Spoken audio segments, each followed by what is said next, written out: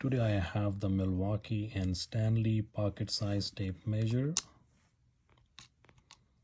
They cost about $5 to $10 depending on where you buy them from.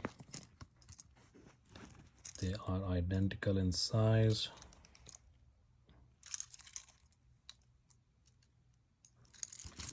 On the back, Stanley has 3 screws. Milwaukee has 4 screws on it. They both don't have auto lock feature.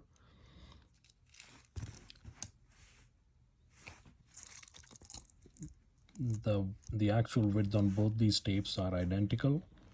However, Milwaukee has the centimeter markings at the bottom.